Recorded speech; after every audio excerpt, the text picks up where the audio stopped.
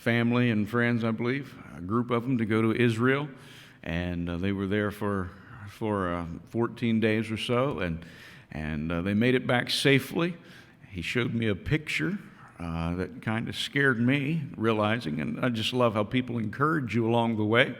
Showed me a picture of the plane they were on, duct tape holding parts of it together inside, and I'm thinking, wow, thank the Lord, I've got to fly across that pond. Same airline he was on, and so I'm just rejoicing night and day as I walk the narrow way. And but we're glad they made it safely back home.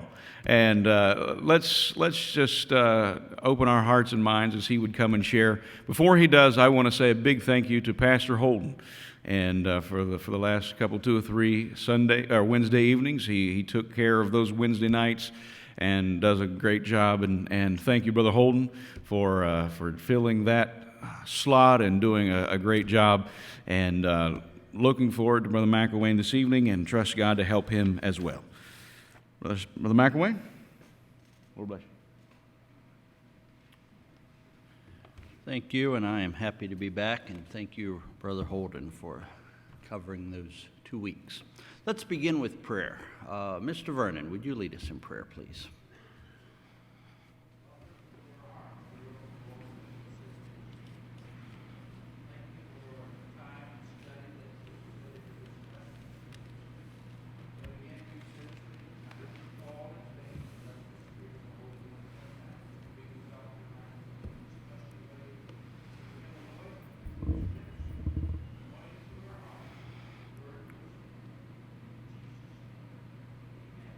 Thank you.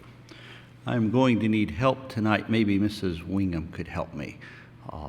When I teach, tend to get faster and faster and faster talking, and in a class it's okay. Eventually someone will raise their hand and say, can you repeat the last 20 minutes worth? We fell behind. But at church, no one's taking notes to keep up, and so my wife always sits over here, and as I speed up, she kind of motions to slow down. So she couldn't be here tonight, so Mrs. Wingham, if you could stand up and wave your hands if I start to go too fast, that will be very helpful. We've been looking for several weeks at the theme of holiness in the Bible, and as we come into the summer, I decided to break from that because a lot of people traveling. I'll be traveling several weeks, and so rather than jump in and out of that topic, I'm going to pick that back up in the fall. And over the summer, just want to do a few things, a few studies that are somewhat independent of each other. Tonight, I want to look at one word, and it's a word from the book of Psalms. If you want to turn to Psalm 3, the word Selah. I was listening to someone read a psalm aloud at church. He came to a verse that ended with Selah, and he read something like this. I cried aloud to the Lord, and he answered me from his holy hill. Selah, I lay down and wept, I woke again. And I wanted to stand up and say, wait, stop. Selah means pause. Take a breath. Wait. Think about this. This term Selah in the Old Testament seems to have been a musical term that indicated a pause. It means to stop, to think about what you've just read. I think of it as sort of the biblical equivalent of the musical symbol, the fermata, or perhaps you know it as the bird's eye. The fermata means pause, wait. When piano students first see a fermata, they sometimes will ask, how long am I supposed to wait? And I would usually just say, well, wait as long as you want to. Now, some students were impatient, and so, for them it was just this, and keep going.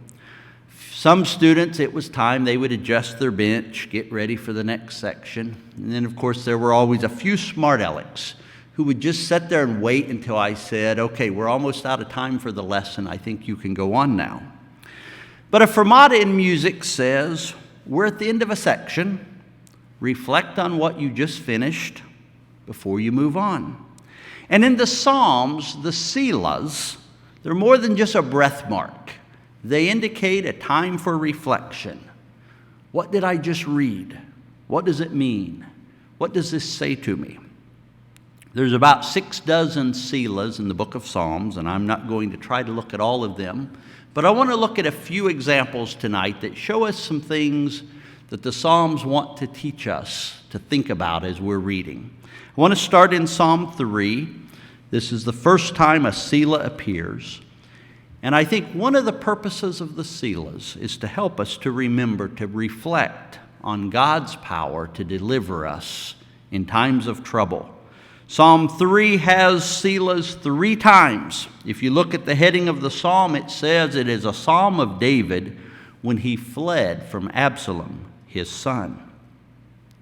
Absalom has started a civil war. He's trying to overthrow his father. And David is praying for rescue, for deliverance.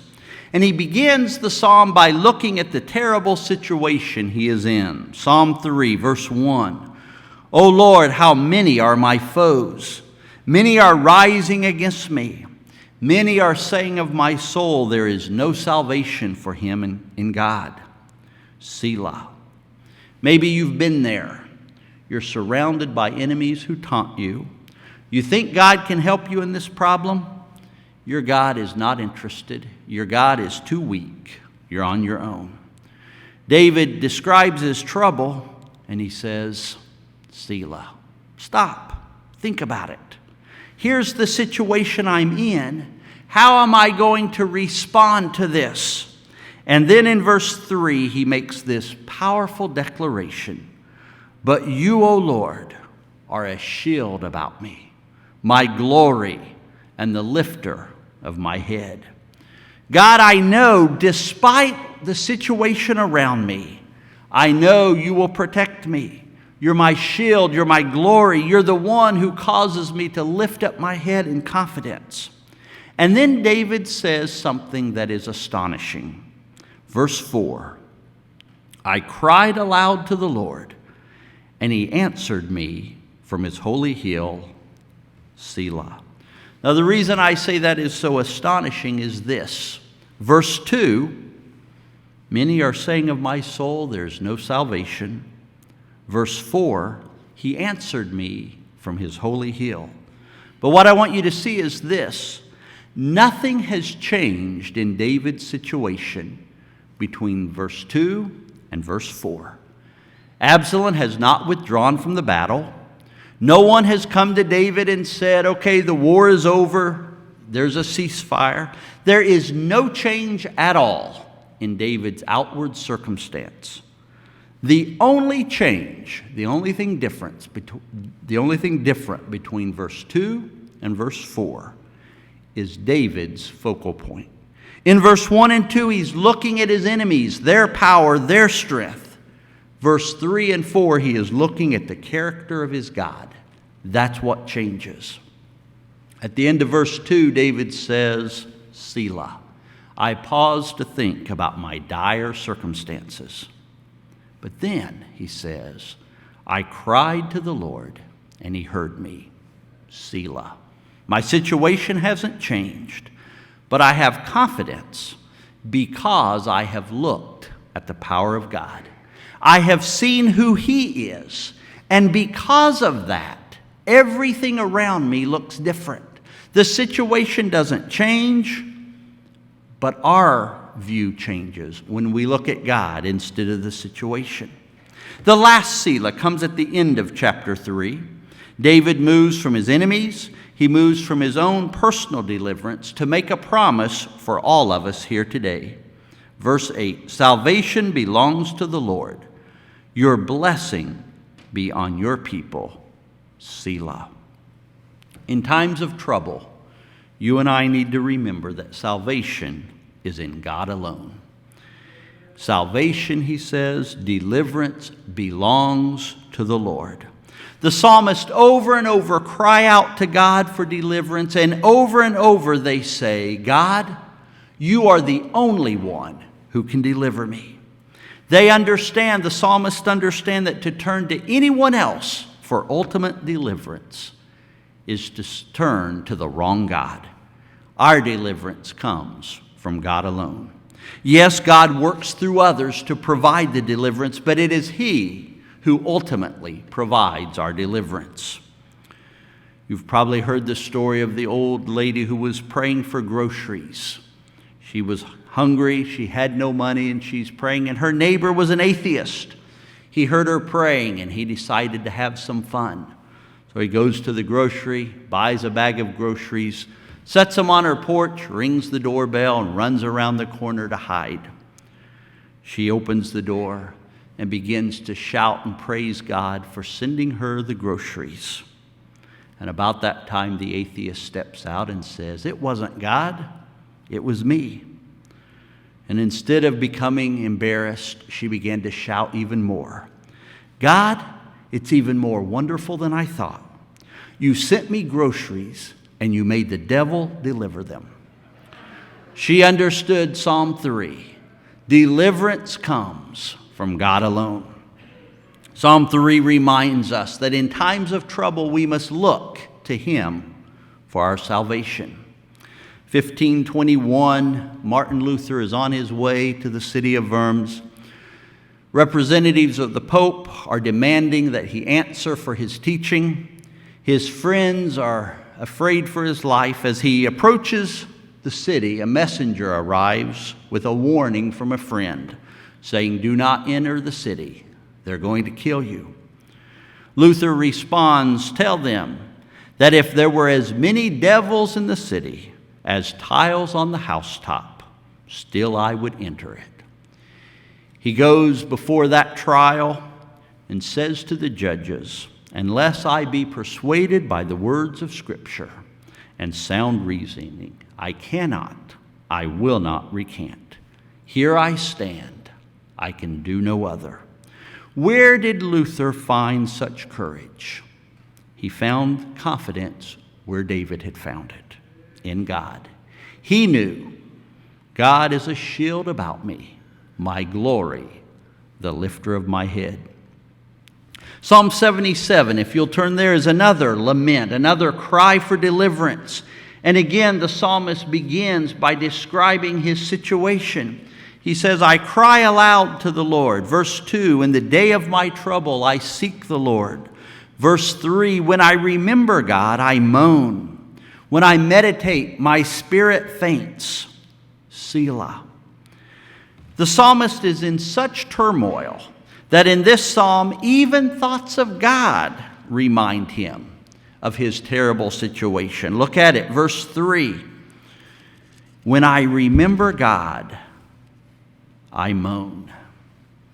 Now in Psalm 3, I said that thinking about God brought hope to David. It brought him confidence. I look, he says, from my trouble to God, and I feel hope and confidence. But in chapter 77, he says, "I remember God, and I moan." Verses 5 and 6 give us, I think, some explanation. He says, "I remember the days of old, days when I sang songs in the night, but now," this is how he describes his situation, "will the Lord spurn forever and never again be favorable? Has his steadfast love forever ceased? Are his promises at an end for all time? Has God forgotten to be gracious? Has he in anger shut up his compassions?" Selah. He stops and he says, think about it. What a terrible situation I'm in. It looks to me like God has forgotten his promises. He is no longer going to be gracious. He is so angry that he feels no more compassion. Now in Psalm 3, David heard his enemies say, "God cannot deliver you." But there is something much, much worse than when your enemies tell you that God is not your salvation, your fortress, and your strength. And that is when we begin to tell ourselves that God is no longer listening. Yes, in the past he did great things. Yes, in the past he cared for us, but he's forgotten us, or he's become so angry with us that he has shut up his compassion.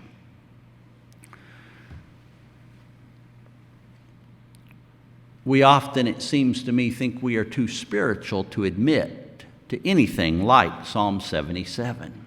We're very good at standing up and smiling and testifying and saying the Lord is good, when in fact sometimes inside we are thinking exactly what the psalmist says in verses 5 and 6. It looks like God has forgotten us. Sometimes we put on a good front when in fact we are experiencing and we are feeling the same doubts that Job felt. Psalm 77 gives us permission to realize sometimes pain and hurt is real. And sometimes it is hard to see God, even though we know He's there. It's hard to see Him in those difficult times. In those times, just like the psalmist, the devil loves to convince us that God is no longer on our side. Martin Lloyd-Jones wrote a wonderful little book on depression. And he says that when we're struggling with depression, we often listen to ourselves rather than talk to ourselves. And then he goes on to explain what he means. He says, listening to myself is when I rehearse my failures, I rehearse my struggles, I listen to myself list the reasons I am likely to fail.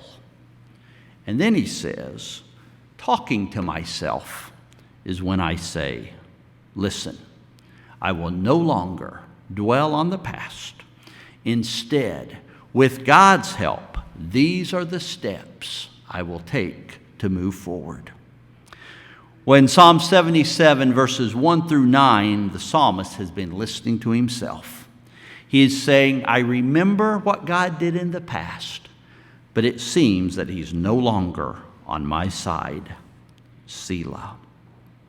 But the Selah at the end of verse 9 is very important because it's more than just a time to reflect. It is, in this case, a time to change directions. Because look at what happened. Verse 9, has God forgotten to be gracious? Has He in anger shut up His compassion? Selah. Verse 10, then I said, now things turn around. He says, this is what I had, this is what I see around me. But then I said, I will appeal to this, to the years of the right hand of the Most High. I will remember the deeds of the Lord. Yes, I will remember your wonders of old. Verse 13, he says, your way, O God, is holy. Verse 14, you are the God who works wonders. You have made known your might among the peoples. You with your arm redeemed your people, the children of Jacob and Selah, and Joseph, Selah, sorry. This third Selah is where David pauses to say, I'll no longer look at the situation around me. I will no longer doubt God's goodness. I will remember what He did in the past. And because of His past help, I will take confidence for the future. I think this Selah is pronounced with some emphasis. Selah, this is where I take my stand. One of the things that it seems to me helps us when we are in times of struggle is to review back what God has done in the past and to realize He hasn't changed. Many people will keep a prayer journal to remember what God has done and to give confidence for what God will do in the future. If you're like me and no good at writing in a journal and you can't remember to do it anyway, the Old Testament stories of God's deliverance, stories through church history, biographies of great Christians, all remind us this is what God has done over and over and over again. And there are times when every one of us needs a Selah in our life, a pause when we say, this is what God did in the past. I don't understand the situation I'm in, but I know what He did before, and so I will trust Him for the future. Selah. Let me look at another psalm, Psalm 46. This psalm also reminds us that God is our salvation, our deliverance. It's one of my favorite psalms, Psalm 46. God is our refuge and strength, a very present help in trouble. Therefore we will not fear, though the earth gives way, though the mountains be moved into the heart of the sea, though its waters roar and foam, though the mountains tremble at its swelling. Selah. He starts by saying, let's look at our situation. The earth is moving, the mountains are shaking, the waters are roaring, but God is our refuge and strength. He is our help in trouble. Why do we have this kind of confidence? Verse 4, there is a river whose streams make glad the city of God, the holy habitation of the Most High. God is in the midst of her. She shall not be moved. God will help her when the morning dawns. Yes, the nations rage, the kingdoms totter, but he utters his voice. The earth melts. The Lord of hosts is with us. The God of Jacob is our fortress. He says the God who protected Jacob is the God who will be our fortress and our protection. I want to look for a moment at verse 10 in this psalm. Amidst all the wars, the challenges, the desolations of the earth, he says, be still and know that I am God. I used to read this be still as kind of a calming, relax, it's okay, just be still. But one day I was looking at it and I realized that this be still is in the imperative voice, which means it's a command. It's not just an encouragement. It's saying, stop what you're doing. Be still. Why? Because it is only when you are still that you will know that I am God. It is only when you are still that you will see God exalted among the nations. One reason we get frustrated, one reason we lack trust is because we become far too busy trying to solve things in our own power. And it is only when we stop, when we are still, that we know that he is God. A.W. Tozer said, one of the problems of the church is that we do little or nothing that we are not capable of doing in our own strength. He said, God will do amazing things for us only when we reach the point that we must have him do amazing things. You see, as long as we can handle it for ourselves, he will let us. But when we reach the point where we have to be still, when we have to stop and let him handle it, then we know that he is God, and then he is exalted in the earth. We see this all through Scripture. Joseph cries out to God from the pit, God, please deliver me. My brothers have put me in this mess. And what happens when he cries out?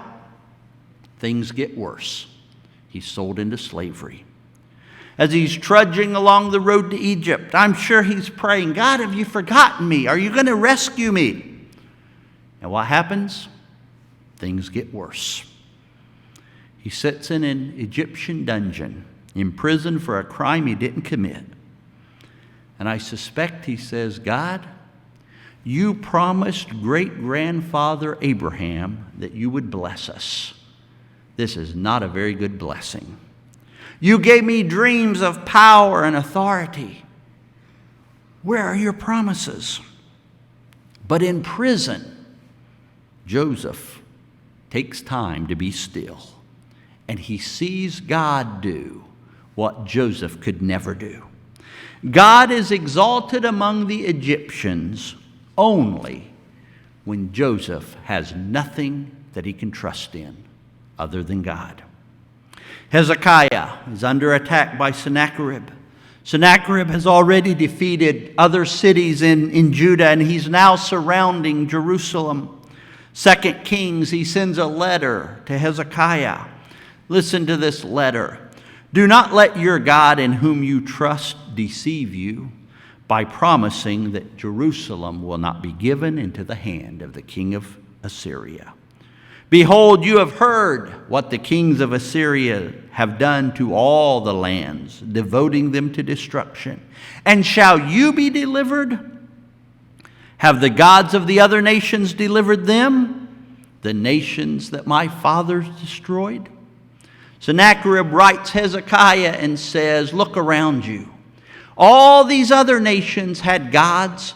They prayed to their gods, and it did them no good. Don't think your God is going to deliver you. And Sennacherib has an army powerful enough to back up his threats. Hezekiah has no other alternatives. He cannot win this war. He cannot defeat Sennacherib. And so he does the only thing that's left to him. He decides to be still and know that God is God. He takes Sennacherib's letter to the temple. He lays it out before God and says, God, read this. Are you going to let this jerk talk about you this way? Or in more biblical language, he says it this way. O Lord, the God of Israel, enthroned above the cherubim, you are God, you alone of all the kingdoms of the earth. You have made heaven and earth.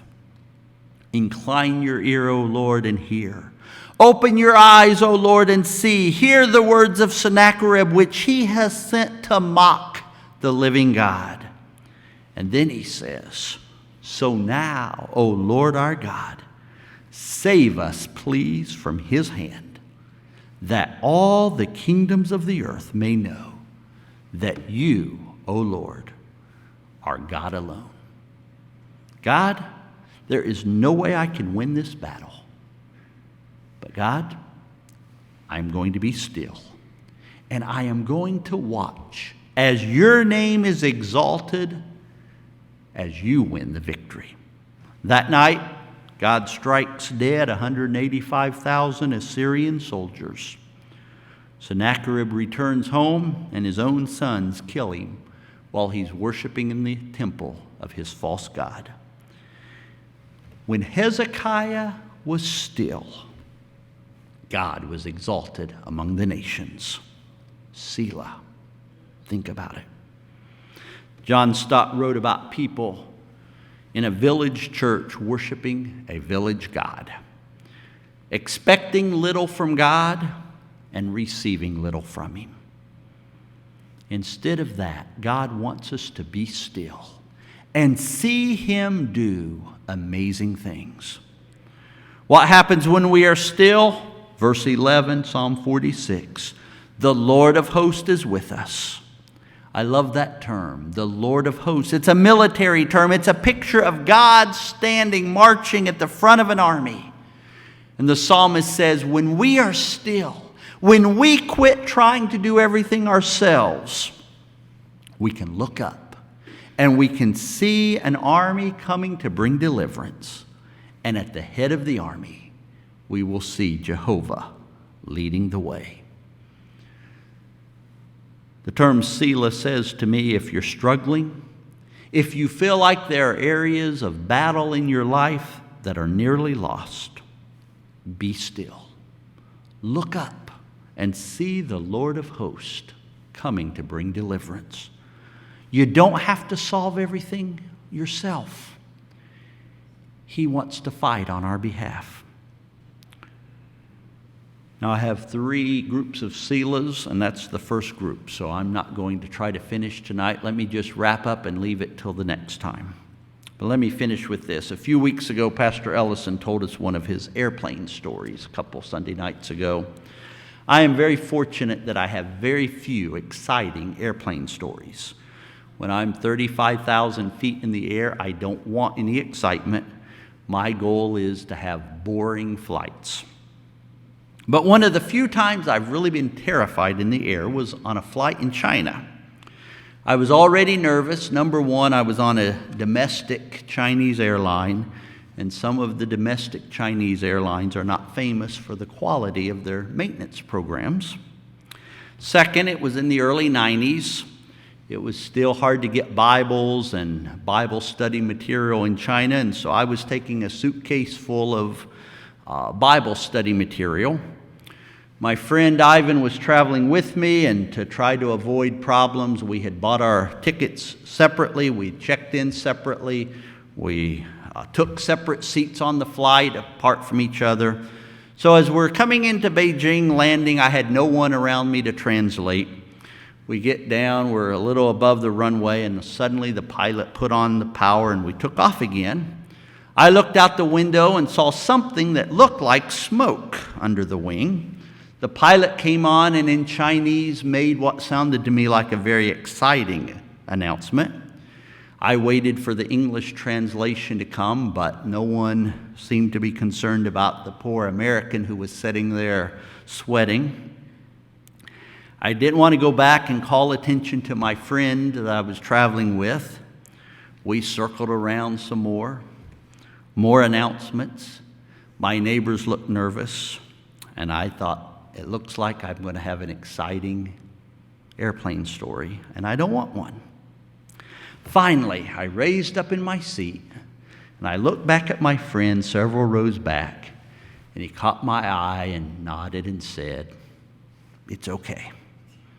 I didn't know what was happening. I still didn't know what the pilot had said, but I could relax. I had been assured everything is okay. And one of the values, it seems to me, as you're reading the Psalms and you come to a Selah, is to stop. Sometimes we need reassurance in times of trouble. David knew this. In the middle of his troubles, when his enemies were saying there is no deliverance for you, he took time to reflect on God, to look at what God had done in the past, to look at who God is today, and to look at what God will do in the future. Selah. That brought peace. Tonight, as you read the Psalms this week, I just want to encourage you to look for the ones that say, take time to reflect on who God is and what He wants to do for us.